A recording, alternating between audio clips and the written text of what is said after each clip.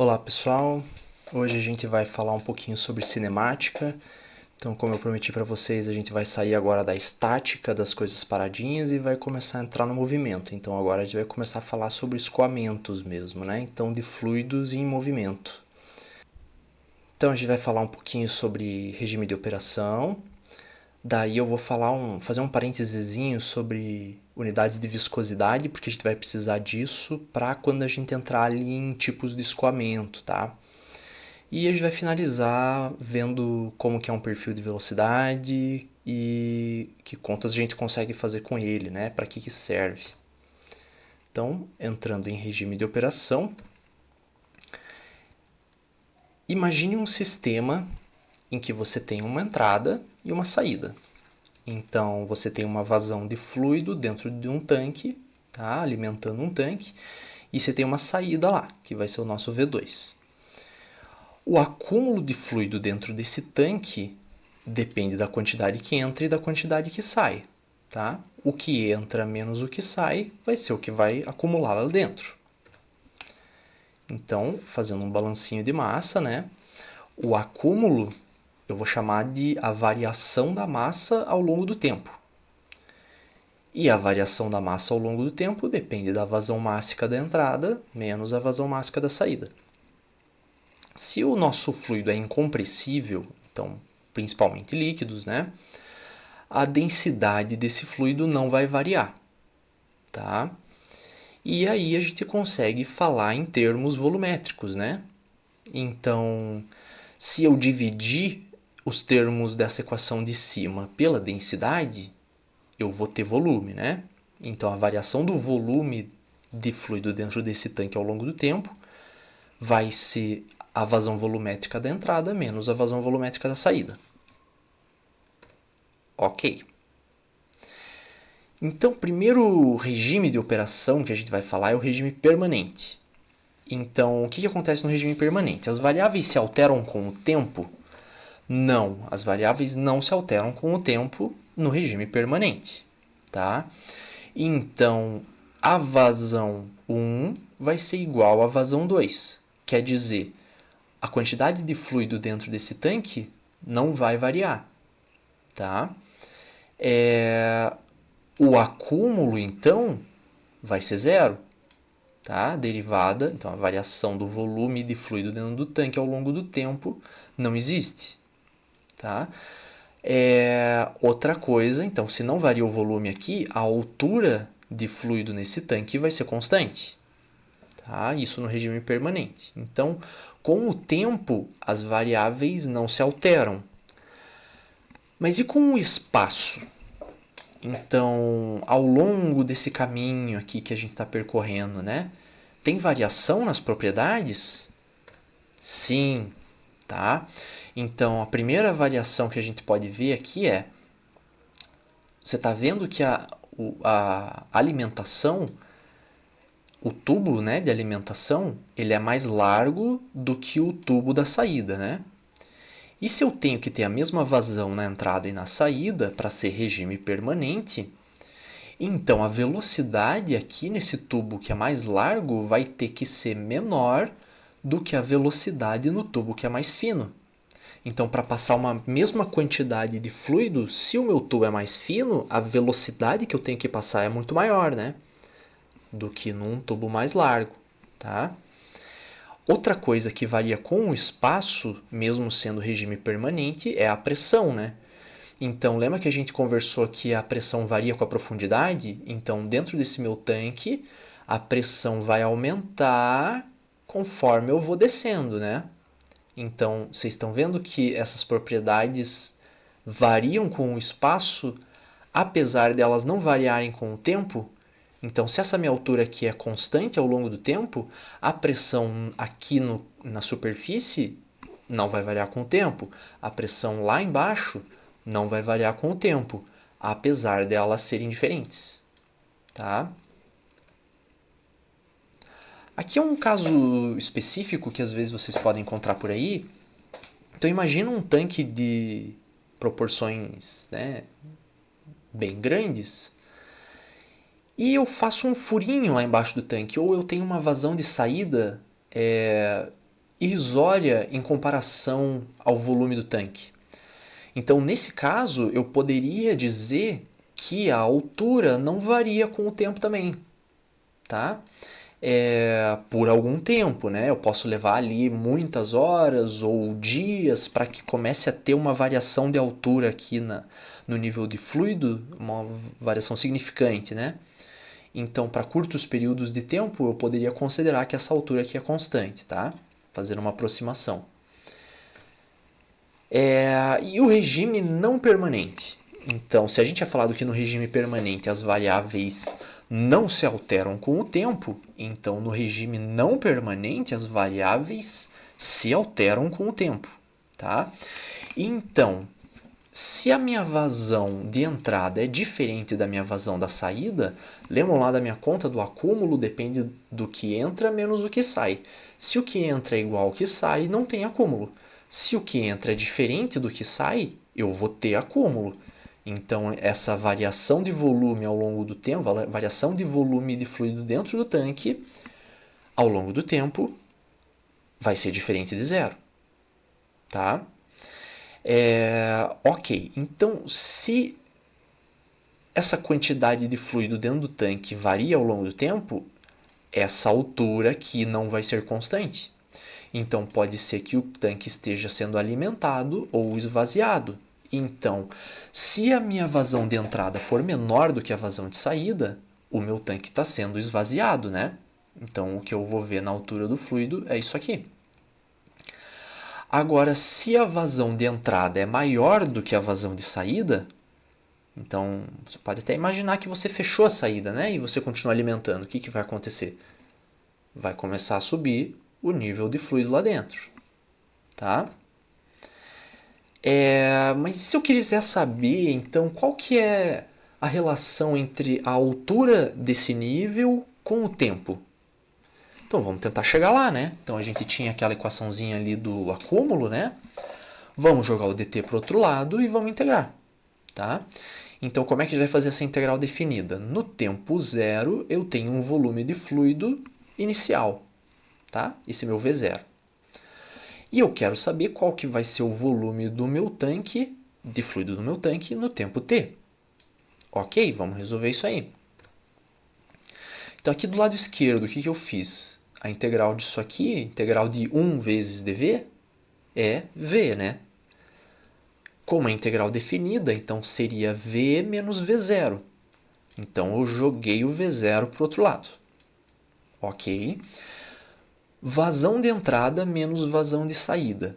Se esses valores não se alteram, apesar de serem diferentes, eles são constantes. Então eu posso jogar eles para fora da integral, que foi o que eu fiz aqui. Tá? A diferença entre a entrada e a saída vezes a integral de 1 dt. Vai ser t, né? Como a integral definida, tzinho menos zero. Tá? Sobrou só o t. Beleza, então essa é a equação que vai me dizer o volume de fluido dentro do tanque ao longo do tempo. Mas eu queria saber qual que é a altura desse fluido, né? Qual que é o nível desse fluido ao longo do tempo. Como que eu posso relacionar o volume de fluido lá dentro com a altura? Então, a altura de fluido lá dentro vezes a área dessa seção vai dar o volume, né? Então, eu vou passar a área lá para baixo. Então, a altura vai ser o volumezão dividido pela seção da área, tá? Ok, então o volume de fluido eu tenho a expressão, né? Que foi o que eu calculei aqui. Então, V0 mais V... Essa bolinha em cima aqui é para dizer que é ao longo do tempo, tá? Que é por tempo. Então, V0 é metro cúbico. V1 com bolinha é metro cúbico por hora, ou metro cúbico por segundo, tá? Essa bolinha é para indicar que é uma vazão, tá? Volumétrica nesse caso, né?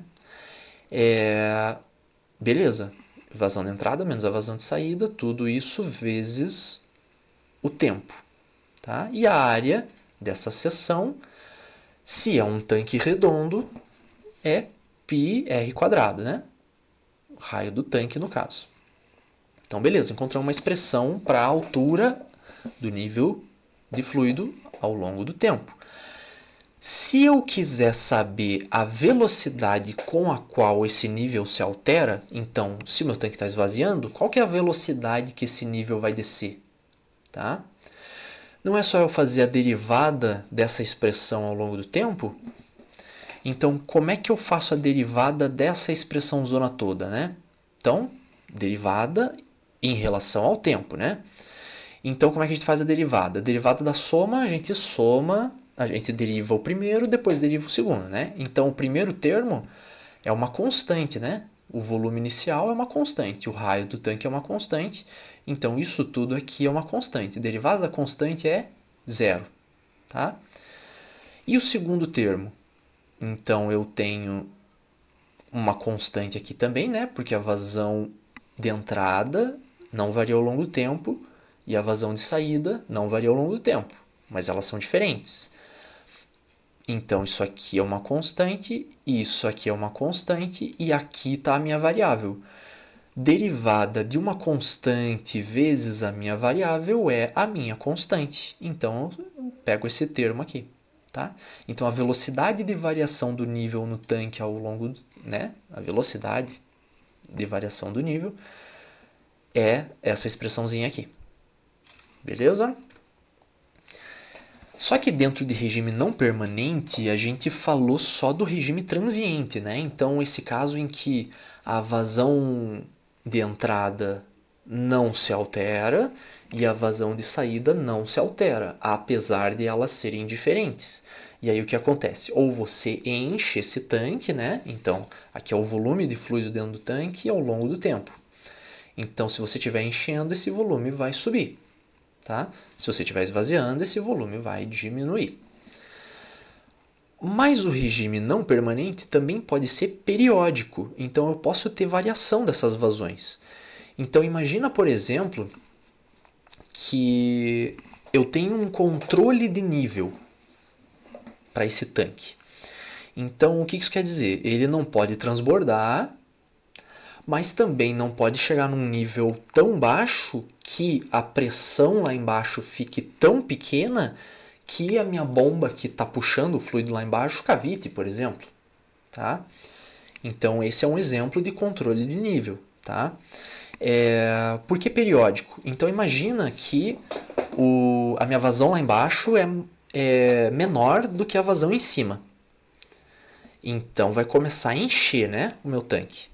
Então, o meu tanque vai encher, encher, encher, até chegar num nível em que pode ser que ele comece a transbordar. Então, eu vou ter um sistema de controle lá que vai dizer assim, opa, diminui a vazão de entrada. Então, ele vai fechar lá a válvula de entrada. E aí, a vazão da saída vai ficar maior do que a entrada. Então, esse nível que estava chegando no transbordamento vai começar a baixar. Então, eu vou começar a esvaziar o tanque. Até chegar no nível em que, opa, está começando a ficar perigoso, que pode ser que cavite a minha bomba. E aí o sistema vai falar, opa, abre lá a torneira da vazão 1. Então o tanque vai voltar a ser preenchido com fluido. Até chegar de novo no perigo de transbordar. E aí ele fecha a torneira, desce o nível, aí opa, baixou demais, abre a torneira, sobe o nível. Então isso é um regime periódico, tá? Mas eu posso ter regimes aleatórios também. Então, eu posso ter eventos que não são tão planejadinhos, né? Então, por exemplo, imagina lá uma caixa d'água de uma residência ou de um condomínio, tá? Então lá tá cheia a minha caixa d'água. Aí o pessoal começa a consumir água, alguém foi tomar banho, né? Começa a baixar o nível dessa caixa d'água. Aí a bomba vai ser acionada em algum momento, né, quando esse nível começar a ficar muito baixo. Então vai começar a encher a caixa d'água de novo. E aí vai chegar num ponto em que, beleza, a partir daqui eu não vou encher mais porque pode ser que ela transborde. E aí ela fica lá um tempo sem uso, porque ninguém está fazendo nada, está dormindo, o pessoal dentro de casa. Aí digamos que, beleza, então acordou todo mundo no prédio, todo mundo começou a usar água. Aí começa a baixar o nível de água. E aí, digamos que acabou a luz, por exemplo. Então a bomba não vai ligar. E esse volume vai continuar baixando, baixando, até esvaziar a caixa d'água inteira. E aí, sei lá, o pessoal ficou sem água. Aí volta a luz. E aí começa a encher de novo. Tá? Então você percebe que esses são eventos que não são tão planejados assim, como um processinho, né, que tem um computador controlando, né, falando, opa, chegou aqui, liga a bomba, chegou aqui, desliga a bomba, tá? Então esse é um regime aleatório, que tem variáveis que são um pouco mais difíceis de prever, né? Beleza, feita essa introduçãozinha sobre os regimes de operação, agora eu vou querer entrar em tipos de escoamento, mas antes eu quero fazer esse parênteses sobre as unidades da viscosidade, tá? E tem dois tipos de viscosidade também diferentes que eu vou apresentar para vocês. Então, vamos começar com a viscosidade dinâmica. A viscosidade dinâmica é a mais simples. Então, quando você ouve falar em viscosidade, primeiro de tudo você está falando da viscosidade dinâmica, ok? No sistema internacional, a unidade da viscosidade dinâmica é Pascal vezes segundo. Ok. No sistema CGS, o que é o sistema CGS? Centímetro, grama, segundo. Tá? Concorda que isso não é sistema internacional, né? Sistema internacional é metro, quilo, segundo, né? Então, 10 gramas por centímetro segundo, que isso aqui seria equivalente lá em dimensões, né, ao Pascal segundo, só que aqui tá, né, que seria quilo por metro segundo, então, né? Então, no CGS é grama por centímetro segundo. Isso aqui é equivalente a 10 poases, tá? E 10 poases é igual a 1 Pascal segundo, tá? Isso aqui na unidade do sistema internacional. O que é poase? Poase é em homenagem ao Jean Poiseuille, tá? Só que o que a gente mais vê por aí não é o poase, é o centipoase, tá? Que é 1 poase dividido por 100. Então, se você pegar isso aqui, esses 10 poase, né, que é 1 Pascal segundo, e transformar em centipoase, então eu teria que dividir por 10 para ter 1 poase e dividir por 100 para ter 1 centipoase, né? Então vamos fazer a mesma coisa aqui do ladinho. Então eu vou dividir por 10, tenho 0,1, e vou dividir por 100. Então 0,01, 0,001, tá? Então 1 centipoase é equivalente a 0,001 Pascal segundo, que é a viscosidade da água à temperatura próxima do ambiente, tá? Próxima do ambiente. E da onde vem esse Pascal segundo, tá? Aqui está a primeira lei de Newton do escoamento, que vai ser explicada com mais detalhe mais para frente, tá? No curso. Aqui eu estou trazendo ela só para mostrar para vocês essa questão da unidade. Então, o que é essa lei de Newton do escoamento? Aqui é para mostrar para vocês como a viscosidade é uma constante de proporção entre a taxa de cisalhamento e a tensão de cisalhamento. Tá? O que é taxa de cisalhamento? Então, o que é isso aqui? Imagina então lá que eu tenho um fluido e eu estou aplicando uma tensão em uma das camadas desse fluido. Então imagina que ele tem várias camadinhas, tá? Então na camada mais de cima lá eu vou aplicar uma tensão que vai causar um movimento nessa camada de fluido. Esse fluido, quando ele se movimentar, ele tem interações moleculares com a camada de baixo, né? Então ele vai puxar a camada de baixo, que vai puxar a camada de baixo, que vai puxar a camada de baixo, tá? Só que quando você vai se distanciando desse ponto onde a tensão está sendo aplicada, essa velocidade vai diminuindo, tá? Porque a energia vai se perdendo ao longo do caminho. Então esse dV/dt, esse dV/dx, essa taxa de cisalhamento, é a variação da velocidade do fluido ao longo dessa distância, tá? E, então, eu falei que eu apliquei uma tensão lá em cima, né? A tensão é a tensão de cisalhamento, que é esse tal aqui, tá?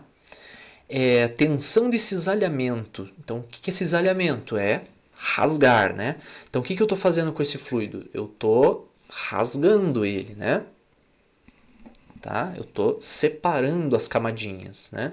Uma camada puxa a outra, mas como a de cima vai ser mais rápida que a de baixo, então elas vão, né, ao longo do tempo, elas vão se distanciando, né? E aí, isolando a viscosidade, porque a gente está falando da unidade da viscosidade, né? Então eu quero ver de onde vem essa unidade da viscosidade. Então, tensão de cisalhamento tem unidade parecida com a pressão, tá?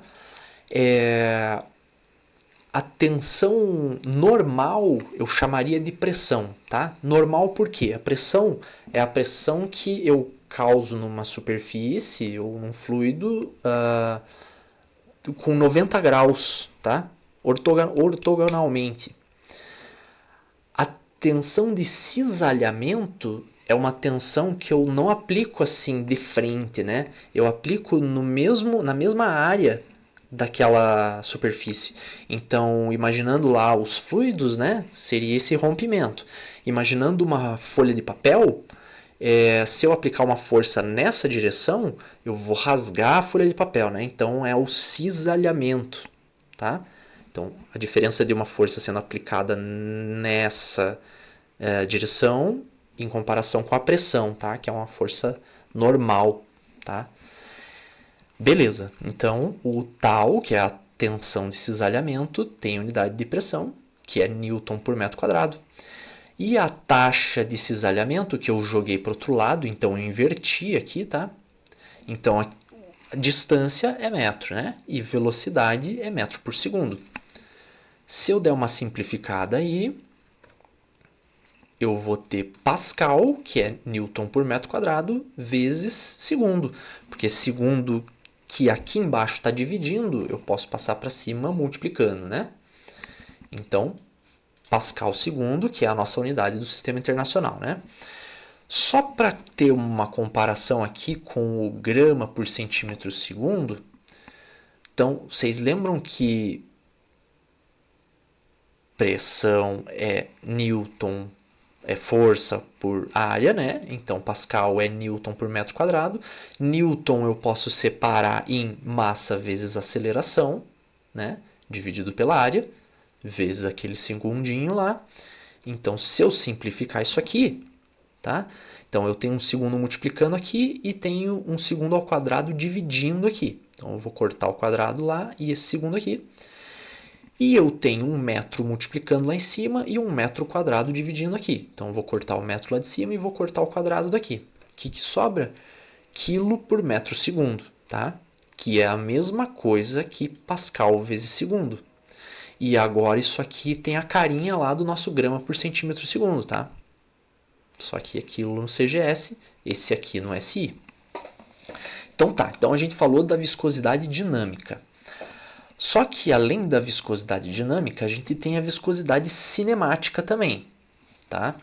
E a unidade dela não vai ser Pascal segundo, vai ser metro quadrado por segundo, tá? Que no CGS é centímetro quadrado por segundo, que a gente chama de Stokes. Então, a viscosidade dinâmica, a unidade usual, né, é o centipoase. A viscosidade cinemática, a unidade usual é o Stokes, tá? É o centi-Stokes, no caso, né? Então, assim como tem o centipoase, tem o centi-Stokes. E o Stokes é em homenagem ao George Stokes. Tá ok? E o que é essa viscosidade cinemática? Ela é representada pela letra nu, tá? E ela é a viscosidade dinâmica dividida pela densidade, tá? Essa letra aqui é o Mi, tá? Então, é só dividir a viscosidade dinâmica pela densidade que você vai ter a viscosidade dinâmica. Para a gente ver como é que surge aquela unidade lá, né? Então, vamos pegar a viscosidade dinâmica, né? Que era quilo por metro segundo. E vamos dividir pela densidade. Então, ao invés de dividir pela densidade, eu multipliquei pelo inverso da densidade, tá? Então, tá aqui o quilograma por metro cúbico, tá? Quilograma em cima, quilograma embaixo, eu corto. Vou cortar 1 metro daqui com esse cubo, vai ficar metro quadrado por segundo, que era o que eu tinha dito aqui. Beleza? Então, essa é a viscosidade cinemática. Quando você vê em algum lugar, é só pegar a viscosidade dinâmica e dividir pela densidade. Agora sim podemos entrar em tipos de escoamento. Então, a primeira divisão, né, dos escoamentos tem a ver com o número de Reynolds. Então, esse aqui é o Osborne Reynolds, que foi o cara que começou a fazer experimentos relacionados a esta classificação, né, de escoamentos. Então, o número de Reynolds, né, que ele encontrou, que ele definiu, é calculado pela densidade do fluido vezes a velocidade de escoamento vezes o diâmetro do tubo onde esse escoamento está acontecendo, dividido pela viscosidade dinâmica, pelo μ. Beleza. Então, o que é essa divisão, né? Então, o Reynolds começou a perceber que se eu começo a aumentar a velocidade de escoamento de um fluido, eu percebo que esse fluido vai escoar em lâminas. Então, lembra quando eu estava falando que uma camadinha puxa a outra, que puxa a outra, que puxa a outra? Então, isso é um regime laminar, tá? Como que ele percebeu isso, né? Então, ele tinha lá um escoamento e ele pegou e injetou corante bem no meinho, né? E ele percebeu que esse corante seguia retinho até lá o final, tá? Ele percebeu que isso acontecia até que ele chegasse a uma velocidade na qual esse valor de Reynolds chegasse aproximadamente em 2000. A partir daí ele começou a notar perturbações nesse comportamento, né? Então o corantezinho aqui não seguia mais retinho, ele começava a andar um pouquinho mais perturbado, né? Aí ele percebeu que tem um período de transição mais ou menos entre 2000 e 2300, tá? E aí você entra num regime turbulento, então aí não é mais só uma perturbaçãozinha, o corante praticamente se mistura completamente no fluido, tá? Porque daí você não está mais escoando, o teu fluido não está mais escoando em camadinhas definidinhas, né? Ele vai se misturando no meio do caminho, tá? Esse é o regime turbulento. Esses valores aqui de 2000 e 2300 são uma convenção que a gente vai usar aqui no curso, tá? Eles mudam dependendo da rugosidade da parede do tubo, ele varia dependendo se você tem alguma vibração nesses tubos, né? Então tem alguns fatores que alteram, né? Então para a água, por exemplo, é mais ou menos isso aqui. Tem outros fluidos em que você vai chegar lá em 4000 e ainda não está turbulento, tá? Então esses valores aqui a gente vai usar como base, tá? Mas eles podem variar, tá? Isso tem que ser determinado experimentalmente daí. E aí eu preciso então de uma velocidade, né? Para calcular o número de Reynolds, uma velocidade de escoamento. Aqui vocês estão vendo no regime laminar que eu tenho um perfil de velocidade, né? Então lembra que eu falei que uma camada puxa outra, mas essa velocidade vai mudando, né? Até eu chegar na parede do tubo, que aquela última camadinha vai estar grudada na parede do tubo e não escoa. Então a primeira camada lá, ela está praticamente com velocidade zero, tá? Mas eu tenho várias velocidades aqui no meio desse caminho, então que velocidade eu vou usar? Tá? Então vamos começar com a situação mais simples. Então a gente pega lá a vazão volumétrica, né? Então lembra que o meu Vzão com bolinha é porque é volume ao longo do tempo, então é vazão volumétrica, tá? A vazão volumétrica, que eu posso obter através da vazão mássica dividida pela densidade, né? Pode ser calculada pela velocidade média, que é o que eu estava procurando, né? Vezes a área. tá? Então, para uma mesma vazão volumétrica, se eu tiver uma área maior, eu vou ter uma velocidade menor.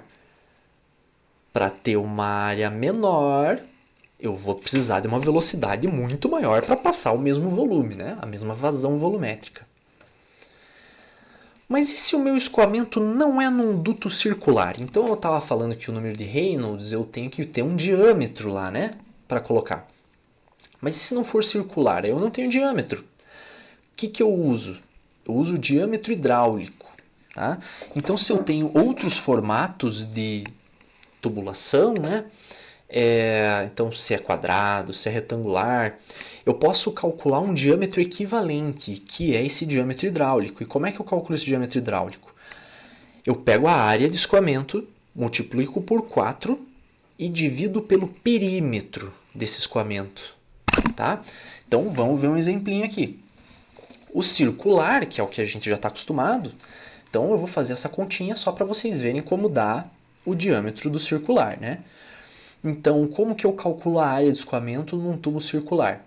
πd² sobre 4. Tá? Como que eu calculo o perímetro? É 2πr, né? Então, 2 vezes r é diâmetro, né? Então, o perímetro é π vezes d. 4 vezes a área dividido pelo perímetro, vai sobrar só o d. Tá? Isso é o que a gente já sabia, né? Então, calcular o diâmetro hidráulico para uma tubulação diferente, né? Uma área de escoamento diferente, né? Então, imagine que é quadrado. Então, eu tenho dois lados iguais, né? Então, vamos lá. 4 vezes a área desse quadrado, que é azinho ao quadrado, dividido pelo perímetro, que tem 4 lados, né? Então, é 4 vezes azinho. Então, o diâmetro hidráulico de um escoamento quadrado é o lado do quadrado. Tá? Se fosse retangular, então dois lados têm um tamanho e dois lados têm outro tamanho. Tá? Então vamos lá, mesma coisa. 4 vezes a área, que é base vezes a altura, né? Azinho vezes Bzinho, dividido pelo perímetro. Como que é o perímetro? É 2 vezes Azinho mais 2 vezes Bzinho, né? Ponho 2 em evidência, fica isso aqui. Então, o diâmetro hidráulico de um escoamento retangular vai ser 2 Azinho Bzinho sobre Azinho mais Bzinho. Tá?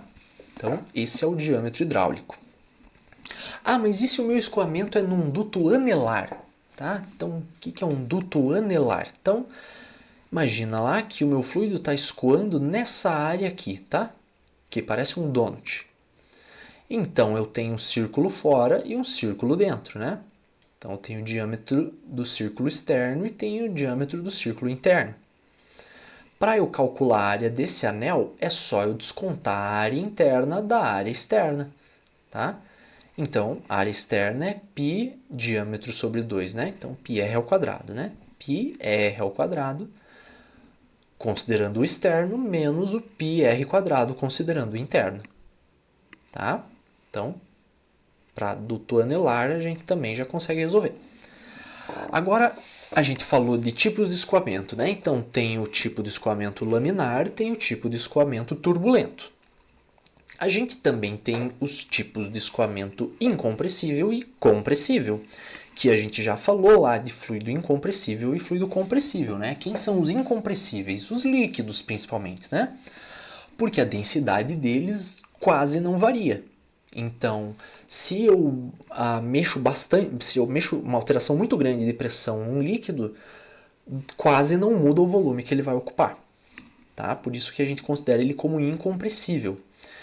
E os compressíveis são os gases, então mudanças de pressão nem tão grandes mudam o volume do gás significativamente. Então, se eu tiver uma variação de pressão ao longo do meu escoamento, eu vou ter uma variação de volume desse gás, né? Então, a velocidade desse escoamento vai mudar. Então, por isso que é importante eu saber se o meu escoamento é compressível ou incompressível, tá? E para gases, então, a gente pode estimar essa compressão, né, pela lei de gases ideais, né? Aquela equaçãozinho do Clapeyron. Que tem equações mais complexas para fazer isso aqui, né? Mas a mais simples seria essa aqui, considerando um gás ideal, né? Então, Um gás no mundo das ideias, né? Os gases reais não seguem essa leizinha aqui. Essa leizinha precisa de algumas alteraçõezinhas, tá? Lembrando, gás ideal é uma situação em que uma molécula do gás não se importa com outra molécula do gás, tá? Nos gases reais, essas moléculas podem se gostar, então elas podem se aproximar mais do que o normal, mais do que o esperado, né? Ou elas podem se repelir, então fazendo o gás ocupar um volume maior, tá? E o escoamento pode ser interno ou externo. O que é um escoamento interno? Então, é o que a gente está falando até agora, né? Um escoamento dentro de um duto. Então, você tem uma superfície que restringe esse teu escoamento, tá? Isso é um escoamento interno. O que é um escoamento externo? Então, imagina lá um carro, por exemplo, né? Tem ar escoando em volta dele, né? Então, você precisa se preocupar com a aerodinâmica de um carro, né? Se a gente não se preocupasse com isso, podia ser que esse carro ganhasse uma velocidade suficiente para ele decolar, né? Então a gente tem que projetar o carro de forma que ele seja pressionado no chão quando esse escoamento acontecer, tá? Quer dizer, a pressão em cima dele vai ser maior do que a pressão embaixo dele. E no caso de um avião, é o contrário, né? A gente quer que o avião decole, né? Então isso aqui é uma asinha de avião. Então ela é projetada de forma que a pressão em cima da asa, quando ele chega a uma velocidade específica, né? A pressão seja menor em cima. Então se a pressão é maior embaixo, vai empurrar o avião para cima. Tá ok? Esses são exemplos de escoamentos externos. Beleza, falado sobre tipos de escoamento, então agora a gente vai falar um pouquinho sobre o perfil de velocidade, que fez uma apariçãozinha pra gente ali quando a gente estava falando do Reynolds, né? Então, perfil de velocidade quer dizer, a minha velocidade não é a mesma ao longo dessa altura aqui, né? Ao longo do raio do meu tubo, tá? A velocidade no centro vai ser a velocidade máxima, e aí ela vai diminuindo à medida que eu vou me aproximando das paredes, tá? A partir desse perfil de velocidade, eu posso calcular uma velocidade média. Então, lá para eu calcular o meu número de Reynolds, por exemplo, para eu saber se o meu escoamento é laminar ou turbulento, eu posso usar essa velocidade média. Tá? Para eu calcular a vazão nesse meu tubo, eu posso usar a velocidade média vezes a área de escoamento. Né? Então, como que a gente calcula essa velocidade média? Tá? A gente vai pegar a equação do perfil de velocidade, que é velocidade dependendo do raio, né? Então a velocidade é máxima no raio zero e vai diminuindo à medida que eu aumento o raio, tá? Então eu vou pegar essa expressão e basicamente eu vou multiplicar pela área de escoamento e dividir pela área de escoamento, tá?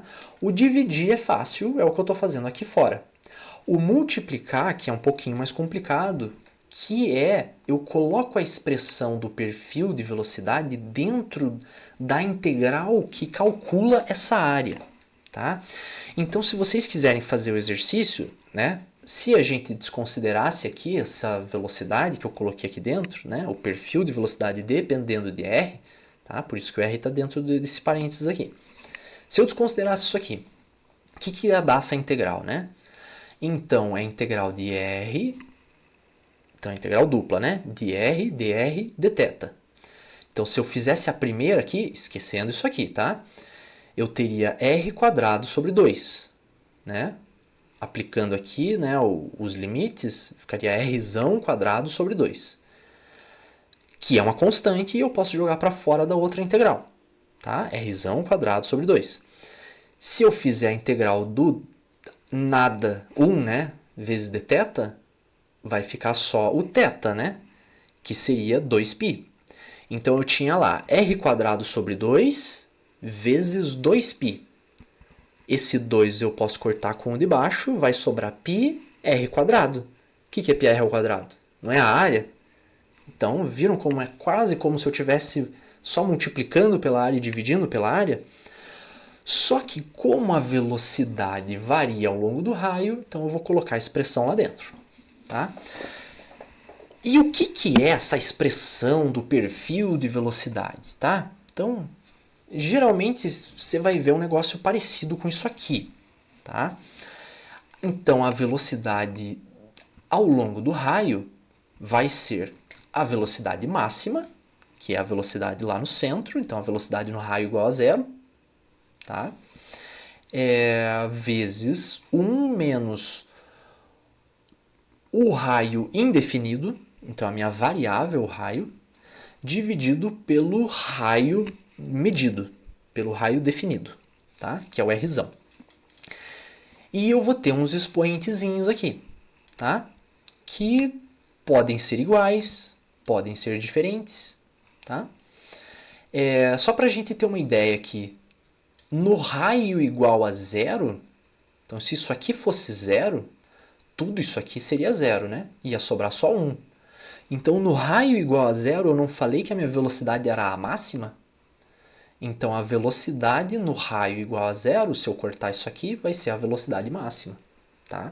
Fez sentido agora, né? E agora, como é que eu integro, então, essa expressão? Então, vou só fazer um exemplinho genérico para vocês aqui, tá? Então, vou colocar essa expressão lá dentro, tá?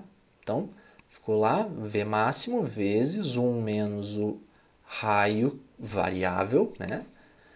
Indefinido, elevado ao expoentezinho n, dividido pelo raio definido, elevado ao expoentezinho m, vezes o Rzinho. Esse Rzinho aqui é importante, tá? Que é para fazer a nossa área, dr dθ. Então, vamos colocar nossa expressão lá em cima para a gente continuar. O que eu posso fazer aqui? Então, a velocidade máxima é uma constante, tá? Então, eu posso jogar para fora dessas integrais. E o Rzinho eu vou distribuir dentro aqui do meu parênteses. Então, se eu jogar o Rzinho vezes 1, vai ser Rzinho. Rzinho vezes Rzinho a n é Rzinho a n mais 1, né? Porque eu estou multiplicando mais uma vez, então eu posso adicionar umzinho no expoente. E o Rzão lá embaixo não alterou. Tá? Então, eu vou resolver a integral de dentro. Então, integral da soma ou da subtração é a integral do primeiro termo mais a integral do segundo termo, né? Então, a integral do primeiro termo ficaria r² sobre 2, né? Então, substituindo os definidos aqui, né? Vai ficar r² sobre 2. E a integral do outro termo seria Rzinho elevado a n mais 1. Eu não tenho que somar 1 nesse expoente e daí dividir pelo expoente que sobrou lá em cima? Então, se eu somar mais 1, vai ficar nzinho mais 2, ao invés de nzinho mais 1. E aí eu tenho que dividir por esse negócio aqui, né? É assim que a gente faz integral, né? E sobrou lá meu Rzão elevado a m. Tá? Então, continuemos. Isso tudo aqui dentro, não está tudo definido agora? Então, eu sei quais são os expoentes, né? Eu vou saber lá na minha expressão do perfil de velocidade. E eu tenho os raios definidos, então eu posso pegar todo esse valor e jogar para fora dessa integral. E aí vamos resolver essa integralzinha aqui, que 1 dθ, a integral vai ser θ, né? Então, quando eu definir, vai ficar 2π menos 0, que é 2π. Tá? Então, 2π, né? Beleza. Então, agora eu já peguei essa área aqui de fora e abri ela. Tá? Então, agora é πr², né? A área da seção transversal circular, né? Então, vamos cortar umas coisas aí. Eu tenho um π aqui dividindo e tenho um π aqui multiplicando. Cortei eles. Eu tenho um r² aqui dividindo e tenho um r² aqui e um r² aqui, né? Então, isso aqui é como se fosse r elevado a n vezes r², né? Então, eu cortei esse quadrado. Beleza, o que sobrou? Aqui não sobrou nada, ficou só a velocidade máxima, né? Aqui sobrou meio. Aqui sobrou só o nzinho, né? e o resto igual, né? Tirei o π, aqui ficou 2. Então agora eu vou jogar esse 2 lá para dentro. Então aqui ficou 1, né? Que aqui vai ficar 2 sobre 2. E o outro 2 eu joguei para cá. Tá ok? Então, temos um resultado aí, né? Então, se eu tiver lá o meu perfil de velocidade, eu posso jogar essa equação dentro da integral e resolvendo genericamente, com os expoentes genéricos que eu coloquei ali, eu chegaria nessa expressão aqui para a velocidade média, tá? Então, quando eu quiser calcular a vazão, por exemplo, eu posso usar essa velocidade média vezes a área de escoamento. Se eu quiser calcular o número de Reynolds, eu posso usar essa velocidade média vezes densidade vezes diâmetro dividido por μ, que é a viscosidade. Beleza? Mas e se eu tiver alguma coisa diferente, né? Então eu estou falando da área de uma seção circular, né? Então imagina um exemplo mais doido aí, por exemplo. Então imagina um tubo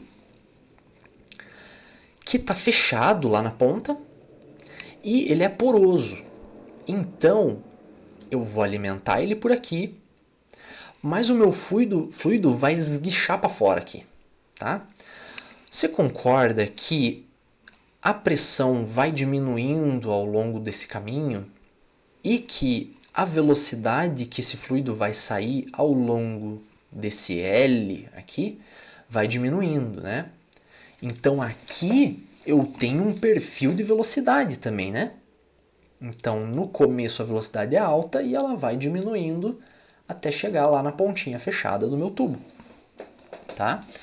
Então, vamos ver como que sairia qual que seria a velocidade média então de saída de fluido por esses poros, né? Então, você tem que imaginar que nesse desenho está saindo por cima, está saindo por baixo, mas está saindo pela frente e por todo o círculo, né? Então, vamos ver como que a gente consegue fazer então essa integral, né?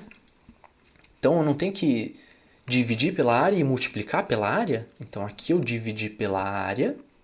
Tá? A área é qual? A área da parede do tubo, né? Então, o que é a área da parede do tubo? Não é o perímetro desse círculo vezes essa distância L? Tá? Essa é a nossa área de escoamento agora. E como é que eu faço isso em integral? Né? Então, mesma coisa que a gente estava fazendo antes. Então, se eu esquecer que tem esse V aqui, o que daria essa minha integral? Então, a de dentro é 1 dl, né? O que é a integral de 1 dl? L, né? Que é uma constante e eu posso jogar para fora. E o que é a integral de 1 vezes d perímetro? Esse pzinho aqui eu estou chamando de perímetro, tá? Perímetro do círculo é 2πr, não é? Então, eu tenho L vezes 2πr, né? Que é a integral de 1 perímetro, 1 de perímetro é perímetro, né? Então, L vezes 2πr não é essa área de escoamento? Então, tá certinho, né? É o que a gente precisava. E aí eu coloco a minha velocidade de que o fluido está saindo aqui, que varia dependendo dessa distância L, né? Varia ao longo de L. Então, tá aqui. Beleza? Tá aqui dentro o meu perfil de velocidade para eu integrar. Tá ok? Então, se você tiver uma situação desse tipo, você pode fazer com essa expressãozinha. Tá? Se você tiver outros formatos de área, aí você vai ter que montar a integral de acordo com o cálculo de área daquela seção onde você está escoando. Onde o teu fluido está escoando, né? E a cinemática, por enquanto, é isso, pessoal. Então, mão na massa. Então, bons estudos para vocês e um abraço.